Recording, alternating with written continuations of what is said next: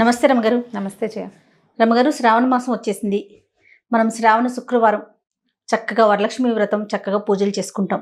అలానే శ్రావణ మంగళవారానికి కూడా విశిష్టత ఉంది. నోములు నోచుకుంటారు కదండి. అసలు ఎవరు నోచుకోవచ్చు, ఏ విధంగా నోచుకోవాలి, శ్రావణ మంగళవారానికి ఉన్న విశిష్టత ఏంటి? శ్రావణ మంగళవారం అత్యద్భుతమైన నోము అది. అయితే ఈ మంగళవారం నోములు సాధారణంగా వివాహం అవగానే కొత్త పెళ్లి కూతురుతో నోవిస్తారు. కన్యగౌరి నోమని, ఈ మంగళవారపు నోమని చిన్నపిల్లలకి మెచ్యూర్ కాకముందు పిల్లలతోటి నోమించే అలవాటు కూడా ఉంటుంది కొన్ని కుటుంబాల్లో. అయితే వివాహం అయిన తర్వాత పెళ్లి కూతురుతో మొదలు పెట్టించి 5 సంవత్సరాలు వరుసగా పూజ చేసుకుంటారు. 4 వారాలు వస్తాయి కదా, 4 మంగళవారాలు. ఎప్పుడైనా ఓ సంవత్సరం 5వ మంగళవారం కూడా వచ్చే అవకాశం ఉంటుంది. ఈ 5 మంగళవారాలు మంగళగౌరి పూజ చేసుకుని, మంగళ గౌరి అంటే అమ్మవారు పార్వతీదేవి, గౌరీ పూజ చేసుకుని, ఆ గౌరీ పూజకి పూజా విధానాలు చిన్న చిన్న తేడాలు ఉన్నా ఇంచుమించు అందరిళ్లలోనూ ఒకేలాగా ఉంటాయి. చలిమిడి శనగలు నైవేద్యం పెడతారు. పాయసము, పులగము, చలిమిడి, శనగలు. ఈ చలిమిడి కూడా ఎలా చేస్తారంటే దీపాలు పెట్టడం, ఒక ప్రత్యేకమైన దీపం చేసుకుంటారనమాట. చలిమిడికి బియ్యపిండితో చలిమిడి చేస్తావా, ఆ చలిమిడితోటే ప్రమిద చేస్తారు. దాంట్లో ఆవు నెయ్యి పోసి ఏడాదికోసా ఒక 5 చొప్పున ఒత్తులు కూడా పెరుగుతాయి. మొదటి సంవత్సరం ఒక ఏసి ఒత్తి, 2వ సంవత్సరం 2 ఏసేల ఒత్తులు, అట్లా ఒత్తులు కూడా పెరుగుతాయి అన్నమాట. ఒక్కొక్క ఇంట్లో ఒక్కొక్క రకం. ఈ ఒత్తి వేసుకుని పూజ చేసుకుంటారు. ఒత్తి ఆ దీపం వెలిగించి పూజ చేసుకోవాలన్నమాట. మంగళగౌరి వ్రతానికి మామూలుగా స్త్రీల వ్రత కథలు అన్నిటికీ ఉన్నట్టుగానే దీనికి కూడా వ్రతానికి ఒక కథ, దానికి ఒక విధానం ఉంటుంది. పూజ అంతా అయిపోయాక పూజావసానంలో నైవేద్యం పెట్టేసిన తర్వాత తోరాలు కట్టుకుని తోర పూజ చేసి, వరలక్ష్మి వ్రతంలో కూడా తోర పూజ చేసుకుంటాం కదా, తోరం కట్టుకున్నాక ఈ దీపం వెలిగించి కత్తికి కాటుక పట్టిస్తారు. కత్తి, ఇనప కత్తికి అట్లకాడ కూడా పట్టిస్తారు కొంతమంది ఇళ్లలో. ఆ కత్తిని దాన్ని ఈ తోరం కట్టిన చేతితోటి అక్షింతలు పట్టుకుని కత్తి కూడా పట్టుకుని ఆ దీపం మీద పెట్టి కథ వింటారనమాట. ఈ దీపం మీద ఒక ఇది కత్తి పెట్టేసరికల్లా దానికి కొంచెం ఇది పట్టి మసి పట్టి కాటుకలాగా అవుతుంది కదా. ఈ కత్తి కొంచెం ఆవు నెయ్యి రాసి దానికి చూపిస్తారు.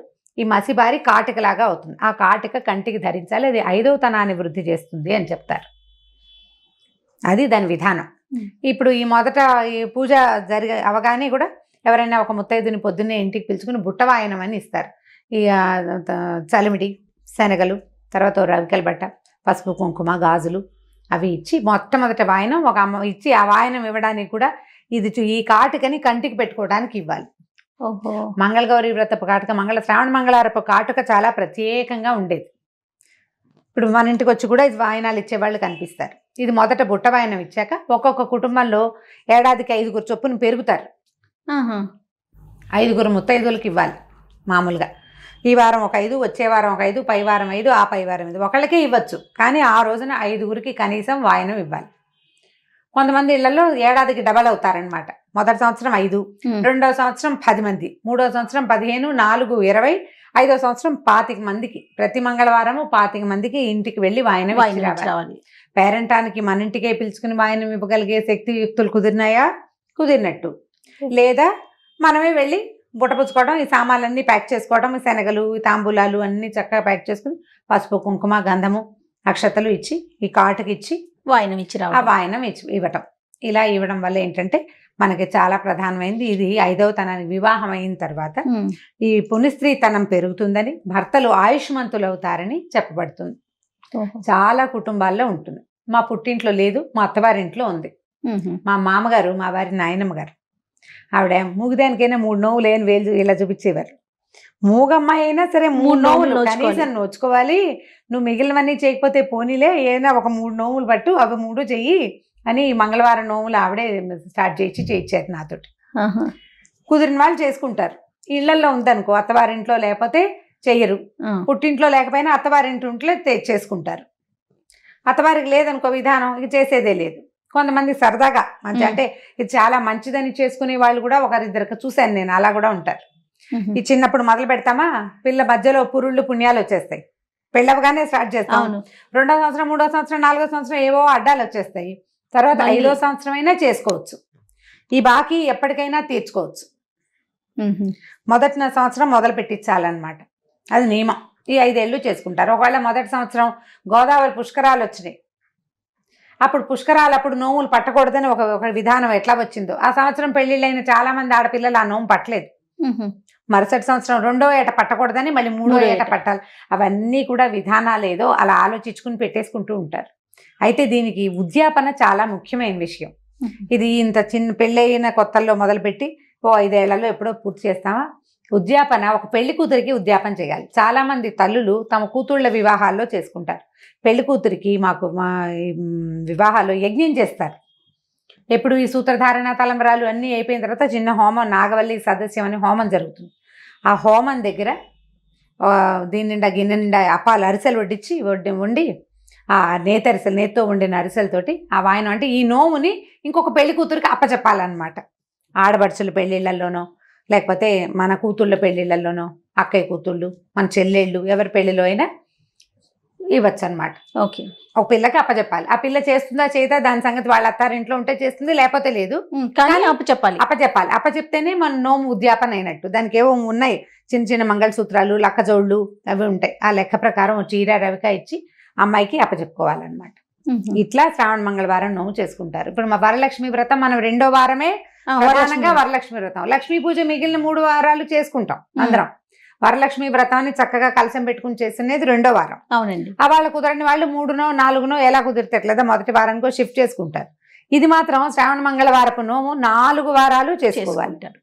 ఓ వారం మానేస్తే మరుసటి, ఒకవేళ ఏదైనా మధ్యలో ఇబ్బంది వచ్చి ఏదైనా కుదరక మానేస్తే మరి తర్వాత వారము 2 రెబల్ తాంబూలాలు ఇవ్వాలి 10 మందికి వాయినాలు. 10 మందికి ఇవ్వాల్సి వస్తుంది. అది పద్ధతి అనమాట. ఓవేళ 5వ సంవత్సరంలో కనుక ఈ పెరిగిన వాళ్ళు 25 మందికి ఇవ్వాల్సిన వాళ్ళు ఉంటారా, ఒక వారం మానేస్తే మరుసటి వారం 50 మందికి ఇవ్వాల్సి వస్తారు. ఇందులో మళ్ళా ఒక ఇది ఉంది. శ్రావణంలో కనుక ఏ పరిస్థితిలో అయినా 4వ వారం చేసుకోవటం కుదరకపోతే వీళ్ళు వినాయక చవితి నాడు లేదా శ్రావణ పూర్ణిమ నాడు కానీ వినాయక చవితి నాడు కానీ నోము నోచుకుని అది ఎవరికైనా ఇచ్చుకోవచ్చు. అంటే తాంబూలాలు ఇచ్చుకోవచ్చు. వెసులుబాట్లు ఉన్నాయి. ఒకటే వెసులుబాటు అంతే. చివరి వారానికి ఇబ్బంది వచ్చినా మనకు కుదరకపోయినా అప్పుడు ముందు వారాల్లో అయితే తర్వాత వారం చేసుకునే వాళ్ళం. కుదరలేదనుకో దాన్ని పౌర్ణమి నాడు లేకపోతే వినాయక చవితి అక్కడ దాకా తీసుకెళ్ళచ్చు అనమాట. పౌర్ణమి నాడే ఎక్కువ మంది ముఖ్యంగా చెప్తారు. అప్పటికి ఏదైనా సాగపోతే వినాయక చవితి నాడు కూడా చేసుకోవచ్చు అని ఈ మధ్య ఎవరి దగ్గర విన్నా నేను. ఈ వచ్చినప్పుడు ఈ కాటికి పచ్చిపుచ్చుకొచ్చి ఇస్తారు. మంగళవారపు కాటికి పెట్టుకుంటే ఎంతో మంచి సంతోషంగా ఉంటుంది. నువ్వు చేసుకున్న వాళ్ళకి ఆ కథ వింటారు కదా, ఎవరైనా పట్టుకొచ్చిస్తే అదేదో శుభప్రదంగా చాలా సంతోషంగా అనిపిస్తుంది. ఇదివరకు బాగా వచ్చేవాళ్ళు. ఈ 2 ఏళ్ల నుంచి ఈ మన నేపథ్యంలో నోములకి ఇది ఇచ్చేవాళ్ళు వాళ్ళు ఎవరు రావటం లేదు. ఇక మనం మన ఇళ్లలోనే కూర్చొని చేసుకోవటం చేసుకోవటం. ఇక వాయనాలు అని ఎవరింటికైనా వెళ్ళే అవకాశం మరి తక్కువే. ఇప్పుడు ఇంకా ముందు ఈ వారంలో ఎలాంటి పరిస్థితులు వస్తాయో చూడాలి. బాగుందా? అంతా సూపర్, చక్కగా ఇచ్చుకోవచ్చు. మన అపార్ట్మెంట్ లోనే బాగానే ఉంది. అందరూ మన వాళ్ళే, మనకు తెలిసిన వాళ్ళే ఉన్నారు అని అనుకుంటే చక్కగా కాళ్ళకి పసుపు రాసి బొట్టు పెట్టి గంధం అది ఇచ్చి ఈ కాటుకి ఇచ్చి తర్వాత వాళ్ళ చేతిలో అక్షంతలు పెట్టి ఆ తాంబూలం వాళ్ళ చేతిలో పెట్టాం, దండ పెట్టాం. అందులో చిన్నపిల్ల పెద్ద పిల్ల తేడా ఏం ఉండదు. పార్వతీదేవిగా భావించి ఇవ్వడమే. దాంతో బాగుంటుంది. చేసుకోగలిగితే మనకి ఇప్పుడు లేదు, శ్రావణ మంగళవారాలు నోములు లేవు, ఏమీ లేవు మనకి. ఒకవేళ చేసుకోవాలంటే మనం ఏముంది, గౌరీ పూజ చేసుకోవటమే. షోడశోపచారాలతోటి గౌరీకి పూజ చేసుకోవటము చక్కగా. ఈ గౌరీ పూజ అయిన తర్వాత ఎవరికైనా వాయనానికి దొరికి ఇచ్చే అవకాశం ఉంటే చక్కగా ఒక్కళ్ళకైనా తాంబూలం ఇచ్చుకుంటే మంచి రోజులు కదా. ఇవ్వడం వల్ల మనకి వృద్ధి జరుగుతుందని మనకే ముందు నుంచి అది నమ్మకం చేయాలి. అది ఎలా జరుగుతుంది అని ప్రశ్నిస్తే ఏమి లాభం లేదు. అంతే. ఓ పసుపు కుంకుమ గాజులు తర్వాత ఏదైనా పండు తాంబూలము రవికలు బట్ట ఇచ్చి ఎవరికైనా ఒకళ్ళకి దండం పెట్టి అక్షింతలు వేయించుకుంటే జీవితం వినయంతో ముందుకెళ్తుంది. మనం వాయనం ఇవ్వాలంటే ఏదో హాయ్ అని ఒకసారి చేతికి ఇచ్చేసేయం కదా, హ్యాండ్ బ్యాగ్ చేతికి ఇచ్చినట్టు కాదు. పాదాలకు పసుపు రాయాలి, అవునా?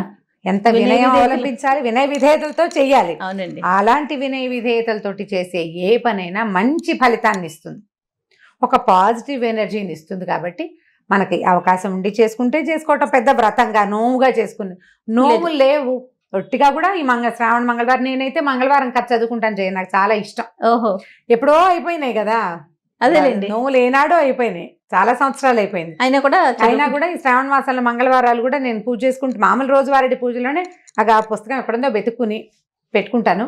అక్కడ కథ చదువుకుంటే బాగుంది అనిపిస్తుంది. గౌరీ పూజ చేస్తాం, మామూలుగా నిత్య గౌరీ పూజ చేసుకునేది, అది చదువుకుంటారనమాట. నాకు చాలా బాగుంది అనిపిస్తుంది. అదేదో ఒక సరదా అంతే.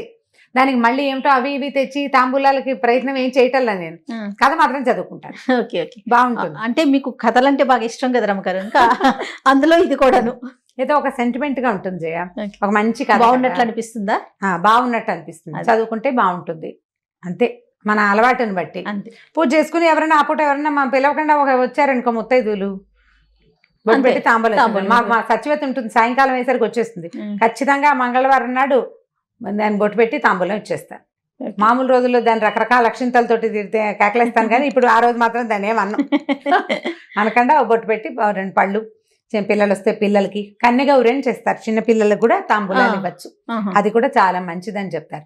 ఇవేమీ లేదు, ఇవన్నీ కూడా దానివల్ల మీకు స్వర్గం వచ్చేస్తుందో అదేదో వచ్చేస్తుందో కాదు, మనం అవలంబించే వినయము, చేసేటువంటి ఈ దాన ప్రక్రియ, ఈ 2 మనకి ప్లస్ అవుతాయి పాజిటివ్గా. దానికి తోడు పరంపరగా వస్తోంది, సాంప్రదాయంగా వస్తోంది కదండి, ఇప్పుడు చేస్తే అయిపోయింది. మంచిదే కదా, అది. చేయటం వల్ల మంచిగా కానీ చెడలేదు కదా. రమ్మగారు, మరి ఆ కథ మా అందరి కోసం. మంగళగౌరి వ్రత కథ. ఉమ్. మామూలుగా మనకు వ్రత కథలన్నీ కూడా సూత మహాముని శిష్యులకి చెప్పినట్టు, ఉమ్. అది ముందు ఎవరికో ఉపదేశించింది, ఆయన తన శిష్యులకు చెప్తున్నట్టుగానే చెప్పబడుతుంది. సూత మహాముని తన శిష్యులకు ఏం చెప్పారంటే, నారద మహర్షి సావిత్రీదేవికి ఉపదేశించాడని, ఉహుం. ఆ కథనే శ్రీకృష్ణ పరమాత్మ ద్రౌపదీదేవికి ఉపదేశించాడని, ఆ విషయాన్ని సూతుడు శిష్యులకి చెప్తున్నారనమాట. 2 చేతులు మారినాయి, 2 మూడో రోజులు. చెయ్యి, మూడో చెయ్యి. ముందు నారదుడు సావిత్రికి ఉపదేశించాడు, అదే శ్రీకృష్ణుడు ద్రౌపదీదేవికి ఉపదేశించాడని సూత మహాముని తన శిష్యులకి తెలియజేస్తున్నారు. ఓకే అండి. మంగళగౌరి చాలా మహత్యం కలిగిన తల్లి. ఆమె ఎలా ఉంటుందంటే, పసుపు కుంకుమలందు, తర్వాత నేతి దీపాలతో, ఆవు నేతితో వెలిగించిన దీపాల యందు ఆమె యొక్క సాన్నిధ్యం ఉంటుంది. ఉహుం. మంగళ గౌరిని గనక పూజిస్తే మనకి భర్త సన్నిధిలో ఉండటం, తర్వాత 5వ తనం వృద్ధి అవుతుందని, సత్సంతాన ప్రాప్తి కలుగుతుందని చెప్పబడుతుంది. అలాగా గౌరీదేవిని అర్చించి వైధవ్యాన్ని పోగొట్టుకున్నటువంటి ఒక స్త్రీ కథ చెప్తానని కృష్ణ పరమాత్మ ద్రౌపదీదేవికి చెప్తున్నాడు. పూర్వం మాహిష్మతి నగరాన్ని పాలించే ఒక రాజుగారు ఉండేవాడు, జయపాలుడని. ఉమ్. ఆయనకి చాలా గొప్ప రాజే కానీ సంతానం కలగలేదు. అయితే ఒకనాడు వాళ్ళ అంతఃపురానికి ఒక సన్యాసి, ఒక ఆయన భవతి భిక్షాందేహి అని అరిచాడు బయట. రాణిగారు అన్ని రాజుగా ఆయనకి ఇవ్వవలసిన, సన్యాసికి ఇవ్వవలసిన సామాన్లన్నీ సర్దుకుని బయటికి తీసుకొచ్చేసరికి అలా ఆయన వెళ్ళిపోయాడు.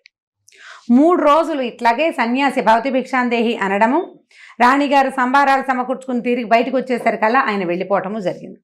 ఆవిడ భర్తకు చెప్పింది, ఏమిటో ఇట్లా జరుగుతుంది, ఎవరో ఒక సన్యాసి వచ్చి కేకేస్తున్నాడు, నేను వెళ్ళేసరికి ఆయన వెళ్ళిపోతున్నాడు. అంటే ఈయన ఏమన్నాడు, వేళ తెలిసింది కాబట్టి సంభారాలని ముందే కూర్చుకో, ముందే సమకూర్చి పెట్టుకో, కేకేసే టైంకి నువ్వు వాకిట్లో ఉండు, అప్పుడు వెసులుబాటుగా ఉంటుందన్నాడు. ఈ పాయింట్ బాగుంది కదా. అంతే. అంచేత ఆమె ఏం చేసింది, అట్లాగే అన్నీ చక్కగా సన్యాసికి ఆయనకి భిక్ష ఇవ్వడానికి వలసిన సామాన్లన్నీ సర్దుకుని బయట నిలబడిందట.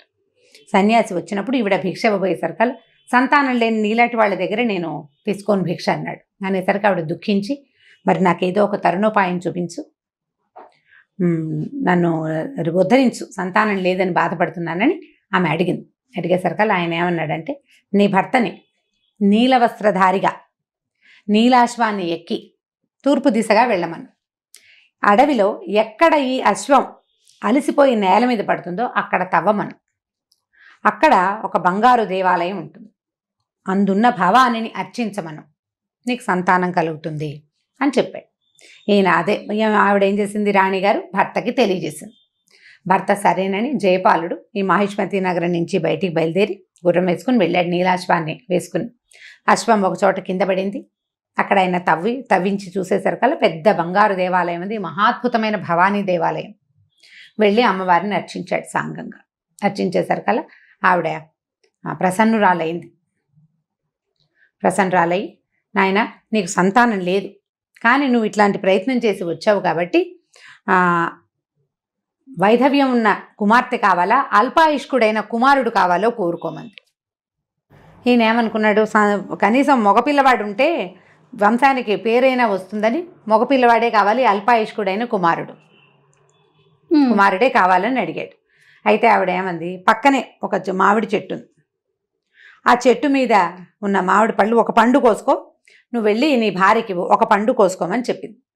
ఈయన ఏం చేశాడు, సరేనని భవానికి నమస్కరించాడు. అమ్మవారు మాయమైపోయింది. ఇతను ఆ పెద్ద మామిడి చెట్టు కింద ఒక గణపతి విగ్రహం ఉంది. గణపతికి నమస్కరించి పైకెక్కి ఆ కాయ కోయిపోయాడు. ఆ కాయ కోస్తుంటే ఆయనకు ఒక సంతోషం కలిగింది. ఒక కాయ కోసుకో అని చెప్పింది అమ్మవారు. చాలా కాయలు తెంపేశాడు. ఈ కింద ఉన్నటువంటి గణపతి కినిసి ఆయనకి కోపం వచ్చి, నీ కుమారుడు పాము కరిచి మరణిస్తాడు, నువ్వు ఇట్లా పని చేసావు అని శపించాడు. కాయలన్నీ మాయమైపోయినాయి, ఒక్క కాయే మిగిలింది. ఆయన ఒక్క కాయ పుచ్చుకుని దీనవదనంతో ఇంటికి వచ్చేసాడు. ఆ కాయ కోసి రాణిగారు భుజించేశారు కల్లా ఆమెకు ఒక కుమారుడు కలిగాడు. ఇతను అల్పాయుష్కుడని, పాము వల్ల మరణిస్తాడని తెలుసుకున్నారు, వాళ్ళకి తెలుసు. అయితే ఏమైంది, పిల్లాడికి 5 ఏళ్ళు వచ్చినాయి. పిల్లవాడికి శివుడు అని పేరు పెట్టి పెంచుకుంటున్నారు. చక్కగా అల్లారు ముద్దుగా పెంచారు. పిల్లవాడు చక్కటివాడు. ఈ 5 ఏళ్ళు వయసు వచ్చాక ఒకరోజు సర్పం వచ్చింది పిల్లాడిని కాటేయటానికి. పిల్లాడి ముద్దు ముచ్చట్లు చూడాలని గణపతిని బతిమలాడితే ఆయన ఒక 5 సంవత్సరాల వరకు అవకాశం ఇచ్చాడు. రాణిగారు అడిగింది, కనీసం ఉపనయనమైనా కాలేదు కదా, అప్పటి వరకు నాకు ఆ పిల్లాడిని నాతోడు ఉండనివ్వమని ఆ సర్పాన్ని బతిమలాడింది. సర్పం వెళ్ళిపోయింది. కాటేయటానికి వచ్చిన సర్పం వెనక్కి వెళ్ళిపోయింది. పిల్లాడికి 9-10 ఏళ్ళు వచ్చేసరికి ఆ ఉపనయనం చేశారు. కానీ ఆవిడ రోజు ఏడ్చేది తల్లి. ఏడుస్తుంటే పిల్లాడు అడిగాడు, ఎందుకమ్మా, ఎందుకు దుఃఖపడుతున్నావంటే, నాయన ఇలా నీకు ఇలాంటి శాపం ఉంది, నీ తండ్రి వల్ల వచ్చింది, ఆయన కూడా కోరుకున్నది అది, అసలు మాకు సంతానమే ఉండకూడదు, ఇలా జరిగింది అనేసరికల్లా ఇతను ఏమన్నాడు, అమ్మ శివుడు ఆజ్ఞ లేనిదే చీమైనా పుట్టదు కదా, ఇలా నన్ను అల్పాయుష్కుడిగా పుట్టించిన భగవంతుడు ఏదో ఒక కారణంతో పుట్టించాడు. నేను వెళ్ళి కాశీ వెళ్ళి శివార్చన విశ్వేశ్వరార్చన చేసి ఆయన దగ్గర నుంచి సమాధానం పొందొస్తాను, నేను దేశాటానికి వెళ్ళిపోతాను, నేను ఇక్కడ ఉండను, నువ్వు నిత్యం దుఃఖిస్తుంటే నేను చూడలేకపోతున్నానని మేనమామని సహాయంగా తీసుకుని దేశాటానికి వెళ్ళిపోయాడు. మధ్యలో అన్ని తీర్థాలు క్షేత్రాలు చూసుకుంటూ బయలుదేరి వెళ్ళారు. ఈ వెళ్ళే దారిలో ప్రతిష్టానపురం అని ఒక ఊరు చేరారు. ఆ ప్రతిష్టానపురంలో వీళ్ళు ఒక దేవాలయానికి అనుబంధంగా ఉన్న ఒక తోటలో విడిది చేశారు. అక్కడ కొంతమంది ఆడపిల్లలు ఆడుకుంటుంటే ఓ పిల్ల ఇంకో పిల్లని ఏదో రకార మకార ప్రయోగాలతోటి తిట్టేసరికల్లా రెండో పాప అంది, మా అమ్మగారు మంగళగౌరి వ్రతం చేసుకుంటున్నారు, మా ఇంట్లో రకారాలు ఉండవు మకారాలు ఉండవు, మా వంశంలో అసలు 5వ తనం లేని ఆడదే ఉండదు అని ఇట్లా నన్ను అనద్దు ఇట్లాంటి మాటలు అని చెప్పింది. చెప్పేసరికల్లా వీళ్ళకి ఆశ్చర్యం వేసింది, ఏమిటా ఇలా చెప్తోంది అమ్మాయి అని.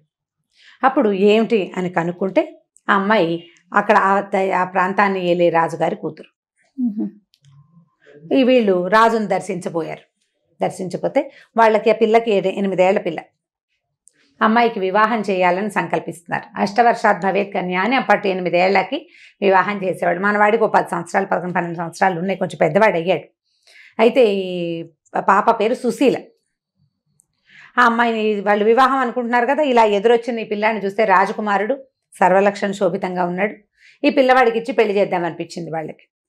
మేనమామ కూడా ఒప్పుకున్నాడు, పెళ్లి చేసేసారు. పెళ్ళి అయిన తర్వాత ఆ రోజు రాత్రి సాయంకాలం చీకటి పడ్డాక దర్భాసనం మీద పడుకున్నారు అమ్మాయి అబ్బాయి ఇద్దరు. పడుకుంటే అమ్మాయికి ఒక కల వచ్చింది.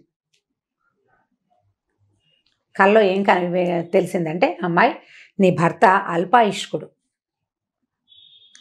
అమ్మాయి నిత్యము గౌరీ పూజ చేసే అలవాటు ఉంది, కన్యగౌరి నోము కూడా నోపించారు ఆ అమ్మాయితోటి. అల్పాయుష్కుడు కొద్దిసేపట్లో ఒక పాము వస్తుంది ఇతన్ని కాటేయటానికి, పైన కుండ వేలాడుతుంది చూడు, ఆ కుండని కుండలో పాలు పోసి పెట్టు, ఒక పాత్రలో పాలు పోసి పెట్టు, సర్పం ఆ పాల కోసం కుండలోకి ప్రవేశిస్తుంది, కుండ మూతి కట్టేసి మీ అమ్మకి వాయనమివ్వు ఆ కుండని అని చెప్పింది అమ్మవారు. పిల్ల లేచింది, పక్కనున్న భర్త దర్భాల మీద పడుకుని నిద్రపోతున్నాడు. సర్పం కనపడింది అమ్మాయికి దూరంగా. ఏం చేసింది, భర్త తొడ మీద ఒక కాలేసి, మరి ఎత్తుగా ఉంది అది, అతను పడుకున్న వాడికి మీద కాలు వేసి పైన ఉట్టిలో నుంచి ఖాళీ కుండని అందుకుంది. ఆ అమ్మాయి కాళ్ళకి పారాణి పెట్టుకున్నది, పారాణి బాగా తడితడిగా ఉంది. ఆ పారాణి ముద్ర అతని తొడ మీద పడింది. ఈ కుండ దించింది, ఈ దించిన కుండలో పాలు పోసి సర్పం దగ్గర పెట్టేసరికల్లా ఆ సర్పం అందులోకి ప్రవేశించింది. ఈ అమ్మాయి గుడ్డతోటి దాన్ని మూట కట్టేసింది.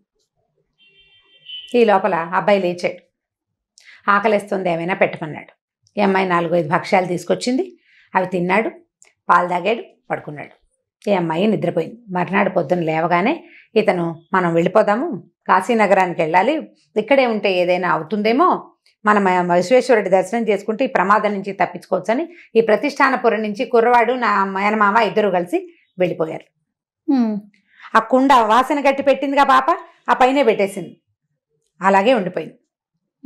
అక్కడి నుంచి రోజులు గడుస్తున్నాయి. ఈ పిల్లవాడి జాడలేదు పెళ్లి కొడుకుది. ఈ అమ్మాయి ఏమంది, నాన్న నాకు కల వచ్చింది, మంగళగౌరి నాకు చెప్పింది, నా భర్త నాకు దక్కుతాడు, నాకేం భయం లేదు, ఒక సత్రం కట్టించు, కాశీ వెళ్తామని మాటల ముందే చెప్పారు కదా, కాశీ నుంచి వచ్చే వాళ్ళంతా మన ఊళ్ళ నుంచే వాళ్ళ ఊళ్ళ వైపుకి వెళ్ళాలి, వచ్చిన యాత్రికులందరి కాళ్ళు కడుగుతాను నేను, పుణ్యము లభిస్తుంది, నా భర్త కూడా నాకు దొరుకుతాడు అని చెప్పింది. చెప్పేసరికల్లా ఓ సత్రం కట్టించారు కూతురు కోరికతోటి. సరే సత్రంలో వచ్చిన వాళ్ళందరికీ కాళ్ళు కడిగి భోజనం పెట్టేది అమ్మాయి. ఇది జరుగుతూ ఉన్నాయి. వీళ్ళు కాశీ వెళ్ళొచ్చేశారు. కాశీ వెళ్ళి కాశీ విశ్వేశ్వర దర్శనం చేసుకున్నారు. అతను నన్ను ఆయుష్మంతుడిని చెయ్యి, నాకు వివాహం కూడా అయ్యింది అని చెప్పి స్వామివారికి దండం పెట్టుకున్నాడు. సమాధానం లభించిందో లేదో తిరిగి వచ్చాడు. వస్తూ ప్రతిష్టానపురానికి వచ్చారు. ఆ అమ్మాయి గుర్తుపట్టింది భర్తని, మనిషిని గుర్తుపట్టింది. ఈ కాళ్ళు కడిగేటప్పుడు ఆ అమ్మాయి పాదాలతోటి మీద కాలేసింది కదా, ఆ గుర్తు అతని కాలు మీద అలాగే ఉందిట.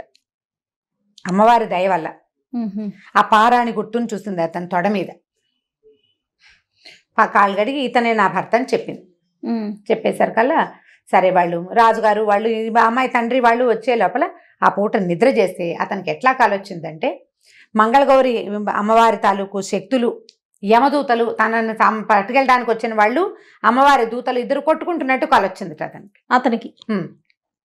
తనకి మృత్యువు రావాల్సి ఉంది కానీ వచ్చారు యమదూతలు తనని తీసుకెళ్ళటానికి. అమ్మవారి తాలూకు దూతలు వాళ్ళు వీళ్ళు యుద్ధం చేస్తున్నట్టుగా కనపడింది. తను మెలకు వచ్చి చూసుకున్నాడు. ఈ అమ్మాయి తన భార్య అతని జ్ఞాపకం ఉంది కొంత. అక్కడి నుంచి ఈ అమ్మాయి ఏం చేసింది, ఆ కుండని ఆ పూట నోచుకుని కుండని అమ్మకి వాయనం ఇచ్చింది. కుండ తెరిచి చూస్తే అందులో ముత్యాల హారం ఉంది. ఆ ముత్యాల హారాన్ని ధరించి భర్త దగ్గరికి వెళ్ళింది. సంవత్సరాలు గడిచినాయి. ఇంతలో భర్త ఆ భార్య దగ్గరకు వచ్చేసరికల్లా అతనికి కళ జ్ఞప్తికి వచ్చిందనమాట. ఈ అమ్మాయి వాళ్ళ ఇంట్లో ఉన్న మంగళగౌరి వ్రతం వల్ల ఆమెకి 5వ తనం వృద్ధి అయింది, అందువల్లే తనకి మరణం తప్పింది అని భావించి తెలుసుకున్నాడు. తర్వాత ప్రతిష్టానపురం నుంచి మేనమావతో కలిసి తన ఇంటికి వెళ్ళిపోయాడు. వెళ్ళిపోతే వాళ్ళు అడిగారు, చాలా ప్రచండమైన శాపం, గణపతి శాపాన్ని ఎట్లా తప్పించగలిగావు నువ్వంటే, మంగళగౌరి వ్రత మహత్యము, ఆ వ్రతం చేసే వాళ్ళ ఇళ్లలో ఇలాంటివి జరగవని, శ్రద్ధ లోపించకూడదు, వ్రతంలో తప్పొచ్చినా శ్రద్ధ లోపం ఉండకూడదు, ఏదైనా ఒక వస్తువు ఉండదు పర్వాలేదు, విధం తప్పినా వ్రతం తప్పకూడదు అని దండం పెట్టిస్తారు. పొరపాటు నేను చేసినా నా వ్రతం తప్పకూడదు అని చెప్పుకుంటారనమాట అమ్మవారికి. ఈ వ్రతం చేయటం వల్లే నా భర్త నాకు లభించాడు, ఆ రోజు రాత్రి నాకు కాలొచ్చింది, నిజంగానే సర్పం వస్తే నేను ఆ కుండ తెచ్చిపెట్టానని చెప్తుంది అమ్మాయి. ఆ తర్వాత ఆ సంవత్సరం నుంచి తన రాజ్యంలో ఉన్న వాళ్ళందరూ కూడా, ఎక్కడ మాహిష్మతి నగరంలో అందరూ మంగళగౌరి నోము చేసుకోవాలని, ఆడపిల్లలు వివాహమైన మరుసటి ఆ సంవత్సరం నుంచి చేసుకోమని, తర్వాత కన్యగౌరి నోములు కూడా చేయించమని ఆయన చాటింపు వేయించి ఎలా చేయాలో విధి విధానాలు తన కోడలతోటి వాళ్ళందరికీ చెప్పించి చేయించారు. ఇందులో కలశం పెట్టుకోవటం, కొంత ఇళ్లలో కలశంతో పెడతారు, కొంతమందిలో పెట్టరు. అటు ఇటు ఏది మారినా పూజ ఇదే, కథ ఇదే. ఈ కథని విని అక్షింతలు వేసుకుంటాం, అక్షింతలు పట్టుకుని కథ వింటాం. కొంత సగం అమ్మవారి మీద వేసి సగం మన మీద వేసుకుంటాము. భర్తకి దండం పెట్టడం ఇప్పటి విధి. శ్రావణ మంగళవారం నువ్వు నోచుకునేది 5వ తనాన్ని వృద్ధి అయ్యి భర్తని కేకలేయకూడదు. ఆ రోజు భర్తతో పరుషవాక్కులు ఆడకూడదు. మనకే తగాదాలున్నా వాటిని పక్కన పెట్టుకోవాలి. ఈ అక్షింతల్ని భర్తతోటి 2వసారి వేయించుకోవాలని చెప్తారు. ఒకసారి అక్షింతలు మనం వేసుకుంటాం కదా, కలిసిన అక్షింతలు పక్కన పెట్టి భర్తతోటి వేయించుకుంటే మాంగళ్య వృద్ధి జరుగుతుందని, ఎక్కువ కాలం భర్త మనం కలిసి ఉంటాం, గొడవలు అవి లేకుండా ఉంటాయి. వ్రతం చేసుకోవటం ఒక మంచి పాజిటివ్ పద్ధతి. ఈ కథ చెప్పుకోవటం కాస్త అటు ఇటుగా చిన్న చిన్న వాక్యాల మార్పులతోటి ఇదే కథ. పుస్తకం ఉండి గడగడగడగడ చదివేసుకునేవచ్చు, చదువుకోవచ్చు, ఎవరైనా చదివి వినిపిస్తే వినొచ్చు, ఇదే విన్నా వినొచ్చు, అంతే ఖచ్చితంగా. ఓకే రమ్మ గారు, చిన్న కథ చక్కగా ఉంది కదా, చక్కగా ఉంది, మంచి కథ, ఆచరించాల్సింది అందరం కూడా. అదే మంగళవారాలు కథ చదువుకుని చేసుకుంటే బాగుంటుంది. ఓకే రమ్మ గారు, నమస్తే. నమస్తే చేయ.